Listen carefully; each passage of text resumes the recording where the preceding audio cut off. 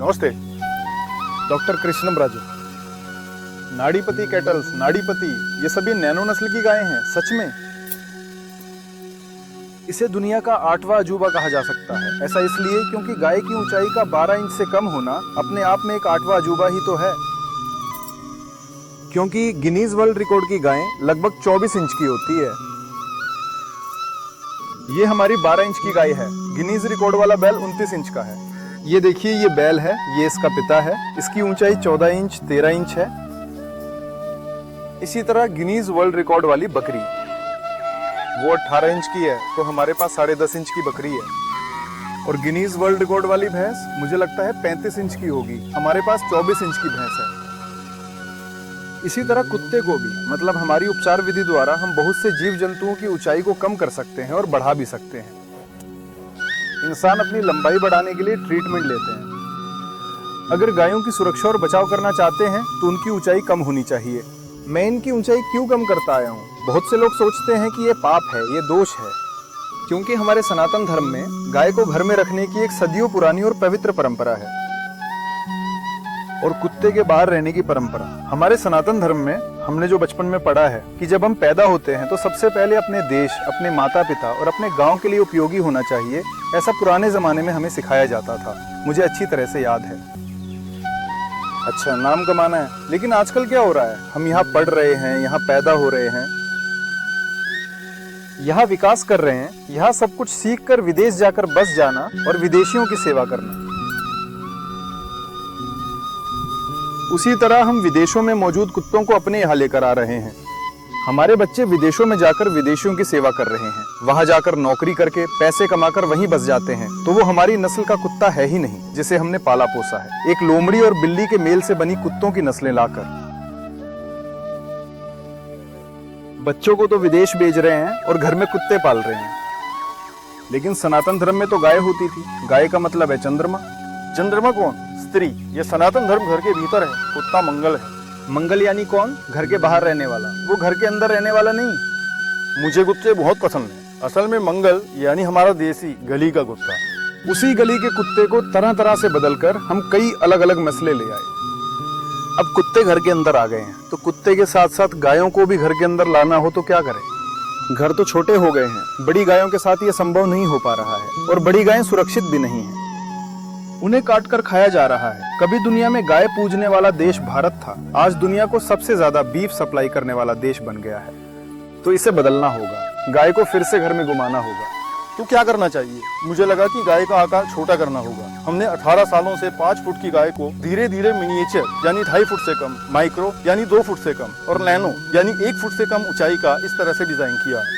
क्योंकि इस गाय के घर में रहने से जब हम गाय द्वारा छोड़ी गई हवा में सांस लेते हैं और जब हमारा दिमाग 7.8 मेगा ऊर्जा आवृत्ति तक पहुंचता है, तो हमें जीवन में कुछ बड़ा हासिल करने की प्रेरणा मिलती है।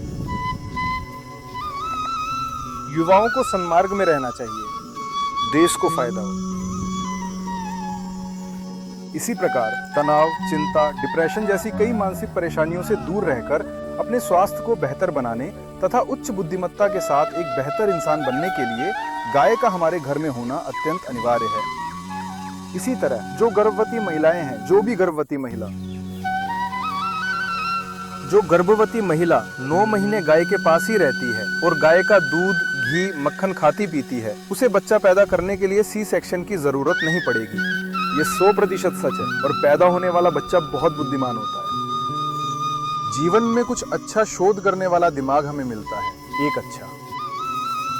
एक अच्छा बच्चा होने की संभावना होती है। हमारे पूर्वजों की भी घर में गाय रखने की परंपरा थी, परंतु अब गाय बाहर निकाली जा रही हैं, बाहर से कटने के लिए जा रही हैं। गाय को वापस घर लाने के लिए गाय को कुत्ते के बच्चे के आकार का बनाने के उद्देश्य से यह आकार लाया गया है। ऐसा करने में मुझे कई सालों का समय लगा है। अब पूरी दुनिया में हमारी इस गाय को बहुत ज्यादा अहमियत मिली है, क्योंकि लोग इसे घर में एक पालतू जानवर की तरह पाल रहे हैं। पहले हमारे यहाँ माँ और बछड़ा साथ में रखने की सनातन परंपरा हुआ करती थी। लोग सिर्फ माँ बछड़ा लेते थे, वे वैसे ही रहते थे। मेरे आने के बाद हमने क्या किया? नर और मादा की आदत डाली, क्योंकि नस्ल उत्पादन करना था, नस्ल को और भी ज्यादा बढ़ाना था। उसी तरह पहले के जमाने में घर बड़े होते थे, तो उस समय गायें आंगन और डौड़ी में रहती थीं। अब घरों के छोटे होने से कौन आया गाय घर में? अब देखिए लोग घरों में गाय घुमा रहे हैं। एक जमाने में एक नस्ल सिर्फ एक गांव तक ही सीमित थी, अब हमारी नस्ल देशव्यापी हो गई है। देश भर में अब तो बहुत से लोग अपार्टमेंट में भी ये गाय रख रहे हैं। वे बच्चे पैदा कर रही हैं, लोग दूध पी रहे हैं, बहुत से लोग इसका आनंद ले रहे हैं। हमारा मतलब है कि जब भारत के हर घर में गाय आ जाएगी, जैसा कि हम हमेशा से चाहते रहे हैं, तभी हम अपने सनातन धर्म की रक्षा करने में सक्षम होंगे। हमारा देश फिर से पुराने जमाने की तरह वैभवशाली बनेगा और हमारा देश आगे बढ़ पाएगा। इसी तरह हमारे युवा देश के उत्तम नागरिक बनकर देश का नाम रोशन करेंगे। ये एक ऐसी प्रक्रिया है जिसमें हमारी गाय घर में रहती है और ये सिर्फ इसी छोटी गाय के साथ संभव है। इसी वजह से इस गाय की ऊंचाई को स्वाभाविक रूप से घटाया गया है ताकि कोई समस्या ना हो। इसकी ऊंचाई कम करने के लिए मुझे कई पीढ़ियों तक काम करना पड़ा है। अभी लगभग 11वीं पीढ़ी चल रही है।